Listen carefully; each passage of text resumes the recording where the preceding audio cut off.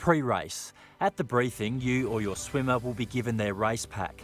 This includes a number of items for you and your boat. It will contain 2 boat stickers with your race number, an A3 poster of support boat protocols and a skipper's lanyard.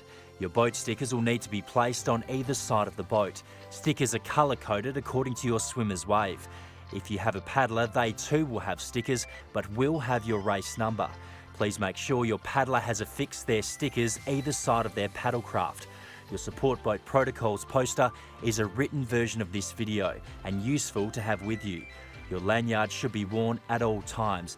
It provides a quick reference for critical information, including race channels and phone numbers. Make sure your swimmer snags a yearbook for you too. It includes all race day information as well as human interest stories, and definitely worth a read. Before race day, you'll need to ensure your boat complies with the Department of Transport's marine safety regulations. First of all, you need to make sure your boat is licensed to carry all your passengers. When considering this, be sure you factor in those in the water. All support boats must carry all the required minimum safety equipment, including extra life jackets to accommodate your swimmers and paddlers. Vessels must be in current registration, be properly insured, including liability, display the correct navigational lighting between sunset and sunrise, and the master of the vessel must hold at least a recreational skipper's ticket. Make sure you've arranged a clear meet plan with your swimmer and paddler. For example, are you going to meet on the north side or the south side? Will you each display something recognisable to help each of you quickly identify one another?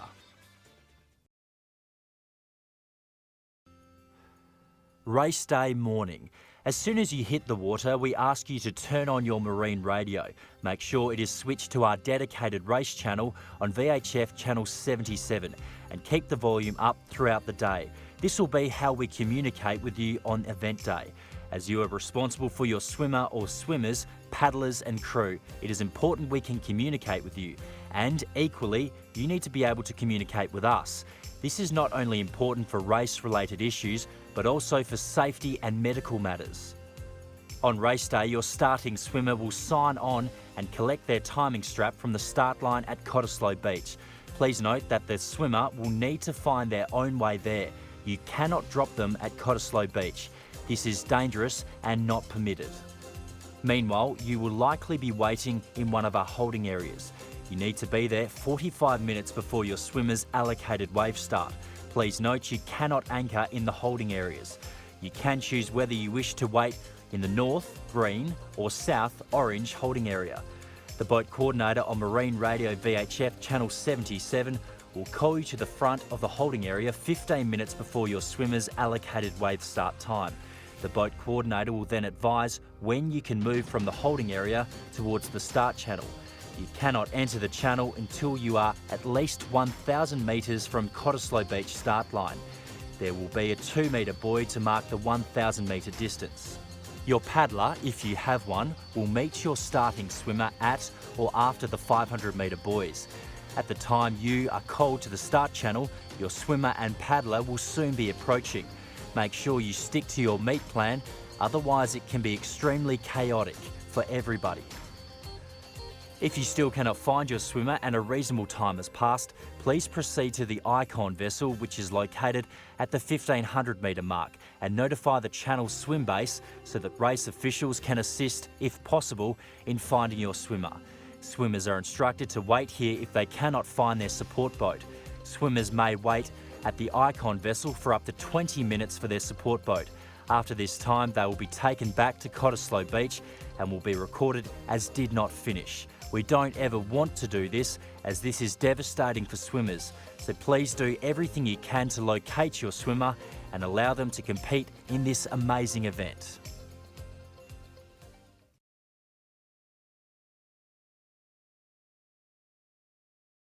Race day, crossing the channel. Once you have located your swimmer and paddler, if you have one, it's time to make your way to the island. We have 2 sets of buoys, one to mark the Rum Line, the most direct route to Thompson Bay, and one to mark the northern boundary. If you're going to use GPS coordinates to map the route, we suggest you use the Rum Line coordinates. The northern boundary markers are there simply as that, a boundary.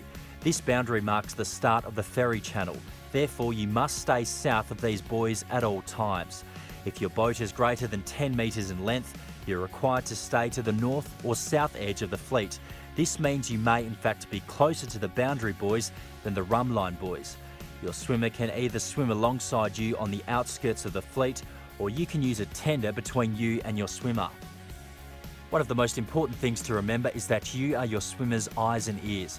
It is your responsibility to do everything you can to keep your swimmers safe and help them have a successful swim.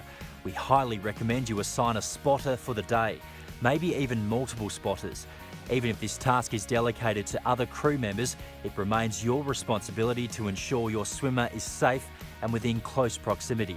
As the skipper, you will set the course, your paddler will follow you, and your swimmer will follow your paddler. If you are skippering a duo or team, you need to be aware of the protocols for swimmer changeovers. Swimmers must tag above water at least 10 metres from the support boat. This is often done in the form of a high five. The support boat engines must be in neutral when a swimmer is boarding or disembarking. Swimmers must board or disembark only on the windward side of the vessel and not over the stern where possible. Suitable boarding ladders should be employed for this use. For vessels with double outboard motors, and where it is safe to do so, it is also strongly recommended that the vessel outboards are completely shut down in addition to being placed into neutral until such time that the swimmer is safely back on board or clear of the vessel. Vessel propellers must not be engaged until the swimmer is completely free from the water and safely back on board, or if disembarking, at a safe distance from the vessels. For safety purposes, the event has set cut-off times. If your swimmer has not completed the designated distance by these times, they must leave the water immediately. It is your responsibility to ensure the swimmer leaves the water.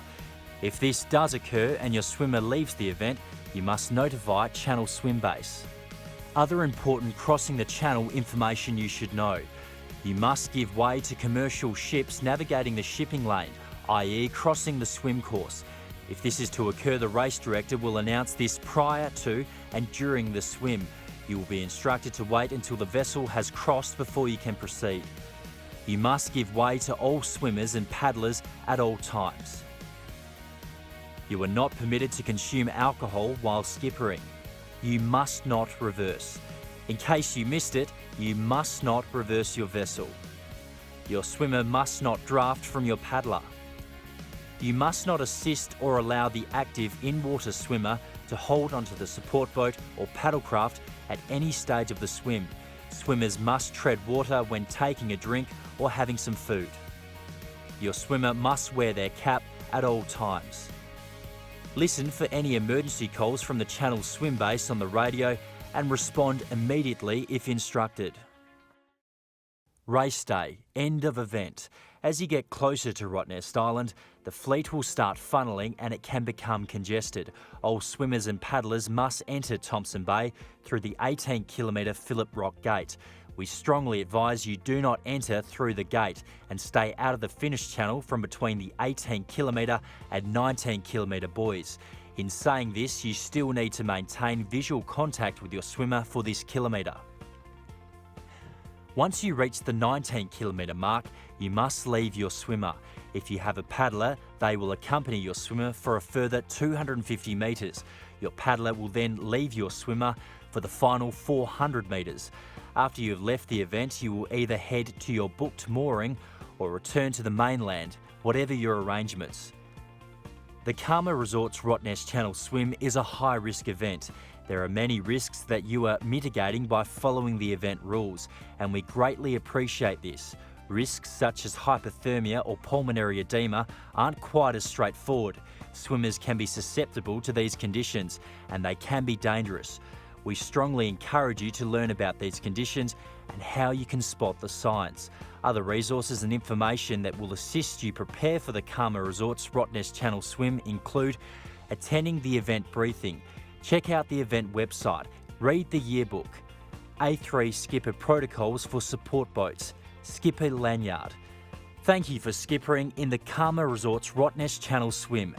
You are the most important person on event day, and without you, the event wouldn't be as safe and spectacular as it is.